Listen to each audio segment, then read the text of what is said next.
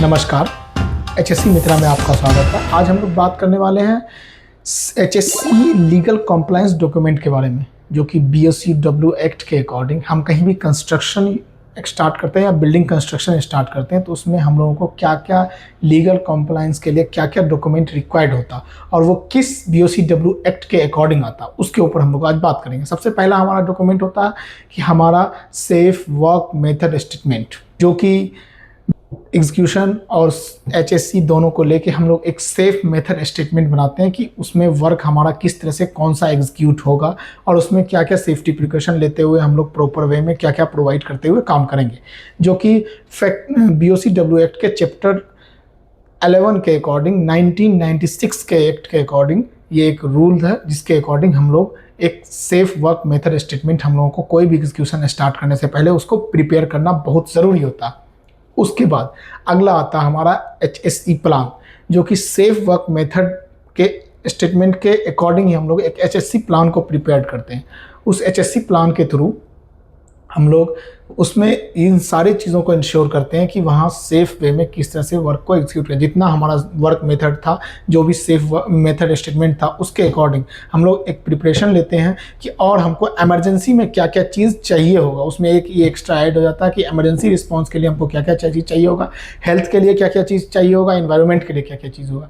ये सारे चीज़ को हम लोग HSE प्लान में कवर करके एक HSE प्लान प्रिपेयर करते हैं, जो कि एक लीगल कॉम्प्लायंस डॉक्यूमेंट के तौर पे काम करता है, जो कि अपने BOCW एक्ट के अकॉर्डिंग सेक्शन 39 में है, जो कि 1996 का जब BOCW एक्ट आया था उस टाइम का ये अमेंडमेंट है, जो उसी के अकॉर्डिंग हम लोग आज तक फॉलो करते हुए चल रहे हैं। उसके बाद अगला डॉक्यूमेंटेशन अपना आता है रिस्क असेसमेंट, या as per client JSA JHA जो भी उसमें चल रहा हो, तो वो भी 1996 के BOCW एक्ट के अकॉर्डिंग ही ये है और इसको हम लोग फॉलो करते हैं। ये भी चैप्टर 11 के अकॉर्डिंग ही है कि हमें कुछ ऐसा डॉक्यूमेंटेशन प्रिपेयर करना जिसके अकॉर्डिंग हम लोग प्रॉपर वे में वर्क कर सकें। उसके बाद अगला आता है अपना इमरजेंसी रिस्पॉन्स प्लान, ERP जिसको हम लोग कहते हैं। इसको हम लोग इसलिए प्रिपेयर करते हैं, कोई भी इमरजेंसी इन केस कोई भी कहीं भी काम चल रहा तो कोई भी इमरजेंसी किसी को बता के नहीं आता, तो इन केस अगर कोई इमरजेंसी आता तो उसको हम लोग किस तरह से कंट्रोल कर सकते हैं और उस पर क्या क्या हमको रिक्वायर्ड है।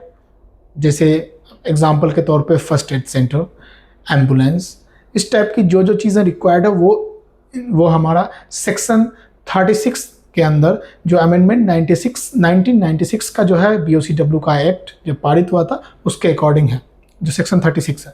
उसके बाद अगला होता है अपना इन्वायरमेंट मैनेजमेंट प्लान, जिसको हम लोग वेस्ट मैनेजमेंट प्लान भी कर सकते हैं। ये BOCW एक्ट के अकॉर्डिंग 1996 का ये भी एक अपना अमेंडमेंट है, इसके अकॉर्डिंग हम लोग इसको फॉलो करते हैं।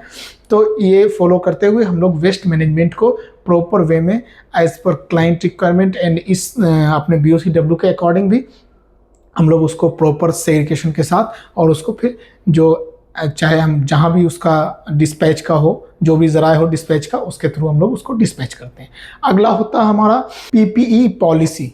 PPE पॉलिसी क्या है? PPE पॉलिसी एक पॉलिसी है। सबसे पहले तो साइट मोबिलाइज होगा तो PPE की जो पॉलिसी होगी ऑर्गेनाइजेशन की और जिस टाइप का वर्क होगा उसके अकॉर्डिंग हमको जो है स्पेसिफिक और माइनॉरिटी PPEs प्रोवाइड करना होगा, उसकी एक पॉलिसी होती है, जो सेक्शन 46 और सेक्शन 45 का ये अमेंडमेंट 1998 के अमेंडमेंट के अकॉर्डिंग है, जो कि सेक्शन 46 और 45 के अकॉर्डिंग PPEs पॉलिसी मस्ट होता है, इसको हम लोग को लेके चलना होता है। उसके बाद अगला आता कॉन्ट्रेक्चुअल सेफ्टी कॉलेज। ये हमको कॉन्ट्रेक्चुअल सेफ्टी कॉलेज जो होता है इसको भी हमको प्रॉपर फॉलोअप लेते हुए काम करना होता है, जो कि ये भी अमेंडमेंट 1996 का है, इसके अकॉर्डिंग हम लोग को प्रॉपर काम करना होता है। उसके बाद अगला है health surveillance report.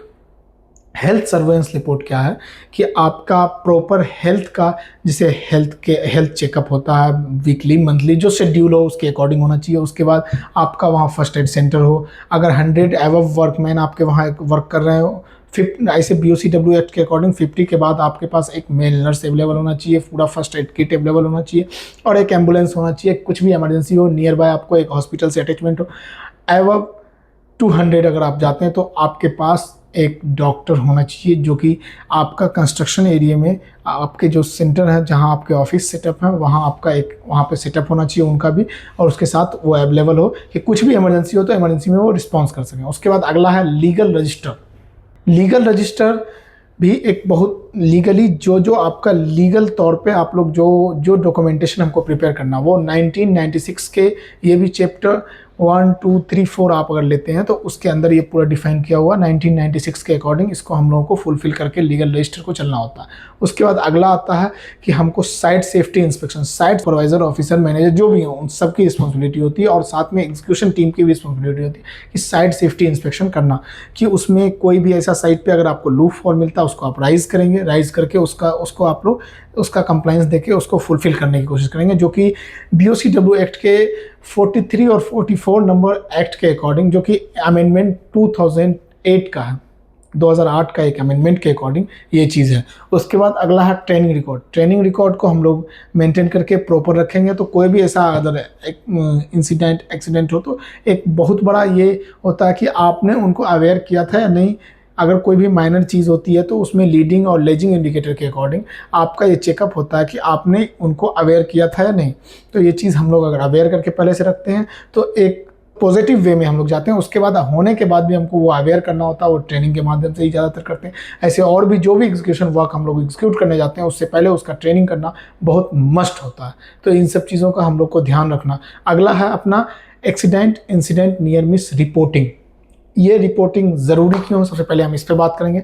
Accident incident reporting इसलिए ज़रूरी है कि कोई भी घटना कहीं भी अगर घटित हो रहा, कोई भी ऐसा दुर्घटना या कोई भी घटना अगर घटित हुआ तो उसके बारे में हम सारे लोगों को इसका रिपोर्टिंग इसके लिए मांगा जाता है कि सारे लोगों को बाद में इस चीज़ के बारे में इन्फॉर्म किया जाता और सबको अवेयर किया जाता। वो अवेयर रहेंगे तो नेक्स्ट टाइम जिस तरह की ये घटना हुई है, ये होने के चांसेस कहाँ से हुए, इस चीज़ को हमको पता करना होता है। पता करके उसके बाद उस चीज़ को हम लोग रिड्यूस करने की कोशिश करेंगे कि ये इस टाइप की घटना किस रीज़न से हुई। अगर जिस रीज़न तक हम कंक्लूजन तक आते हैं तो उस रीज़न को हम लोग वहाँ रिड्यूस करने की कोशिश करते हैं, जिससे हमारा आगे इस टाइप का कोई भी एक्सीडेंट इंसिडेंट नियर मिस होने का चांसेस ना हो। ये BOCW एक्ट के सेक्शन 39 के अकॉर्डिंग ही है। इसका अमेंडमेंट 1996 में ही हुआ था, इसके अकॉर्डिंग ये लॉ है। चलिए आज के लिए इतना ही, फिर हम मिलते हैं नेक्स्ट वीडियो में, तब तक के लिए धन्यवाद।